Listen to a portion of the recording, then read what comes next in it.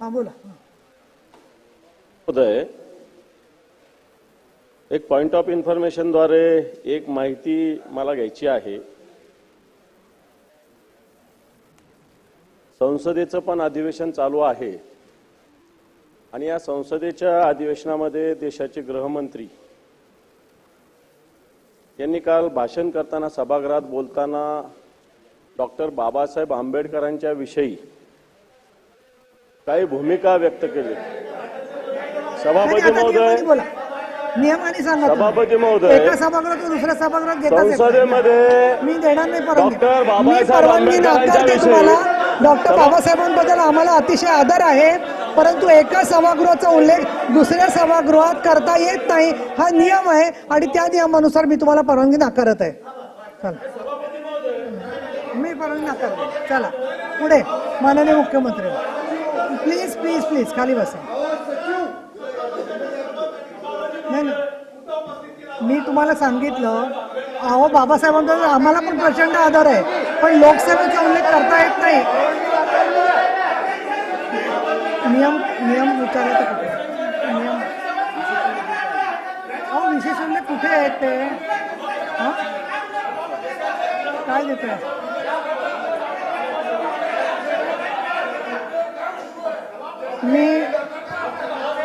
हे बघा, तुम्ही सगळे अभ्यासू सदस्य आहात आणि आपण सगळेजण नियम जाणतो की एका सभागृहातल्या घटनेच्या संदर्भात दुसऱ्या सभागृहामध्ये आपण भाष्य करू शकत नाही, हा नियम आहे. डॉक्टर बाबासाहेब आंबेडकरांबद्दल आपल्याला किती सगळ्यांना सरकार सगट आदर आहे, हे अनेक घटनांच्या मधून अनेक निर्णयांच्या मधून वारंवार सरकारने स्पष्ट केलेलं आहे आणि त्याच्यामुळे मला असं वाटतं की तुम्हाला कामकाज करायचं नाहीये का? तुम्हाला राज्यपालांच्या अभिभाषणावरती बोलायचं आहे म्हणून आपण आता चर्चा घेतली. आम्ही तुम्हाला विचारलं की काय काय कामकाजामध्ये घ्यायचंय, तेव्हा तुम्ही बोलत नाही आणि सभागृहामध्ये ज्या गोष्टीला परवानगी मिळणार नाहीये त्या गोष्टीवरती तुम्ही येऊन वाद घालता. त्याच्यामुळे तर मी विशेष उल्लेख घेते. डॉक्टर प्रज्ञा सातव, मी परवानगी नाकारलेली आहे. आरडाओरडा करायचा नाही. मी परवानगी नाकारलेली आणि मी कामकाज घेणार आहे. प्रज्ञा सातव ज्यांची नावं मी पुकारते ते बोलले नाही तर मी पुढचं नाव घेणार आणि त्याचं तुमचं चान्सर. मी बाबासाहेबांचं तुम्ही हेव्हा मला पण संताप येतोय. बाबासाहेबांबद्दल आम्हाला आदर आहे, तुम्ही बाबासाहेबांच्या आदराचा गैरवापर करताय. याचं कारण असं आहे, आम्हालाही आदर आहे, आम्ही जेलमध्ये गेलेलो आहे नामांतरावर, तुम्ही सुद्धा कोणी गेलं नव्हतं पण आम्ही गेलेलो आहे आणि तुम्ही कारण नसताना राजकारण करताय बाबासाहेबांच्या नावाचं. काय चाललंय काय?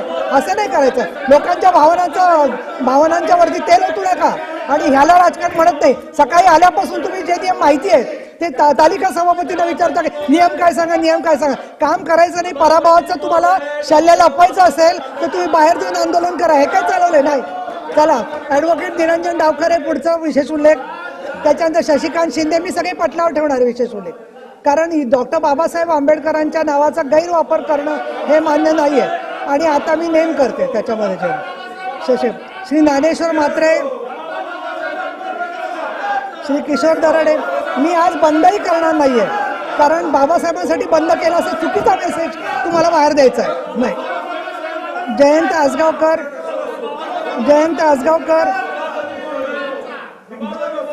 अशोक उर्फ भाई जगताप, श्री प्रसाद लाड, एकनाथराव खडसे, डॉक्टर श्रीमती मनीषा कायंदे, श्री सतेज उर्फ बंटी पाटील, श्री अमोल मिटकरी, श्री मिलिंद नार्वेकर. बिलं द्या मला, बिलांच्या कॉपीज द्या.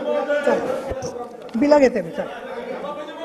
चल मिलिंद, तुम्ही खोटं बोलताय. बाबासाहेबांचा अवमानाचा प्रश्न करून तुम्ही राजकारण करतात म्हणून मी परवानगी देत नाही. मी कधी परवानगी देणार नाही या गोष्टीला. म्हणून डॉक्टर बाबासाहेब आंबेडकरांनी महिलांना मतदानाचा अधिकार दिला. डॉक्टर बाबासाहेब आंबेडकरांमुळे हिंदू कोड बिल मिळालं.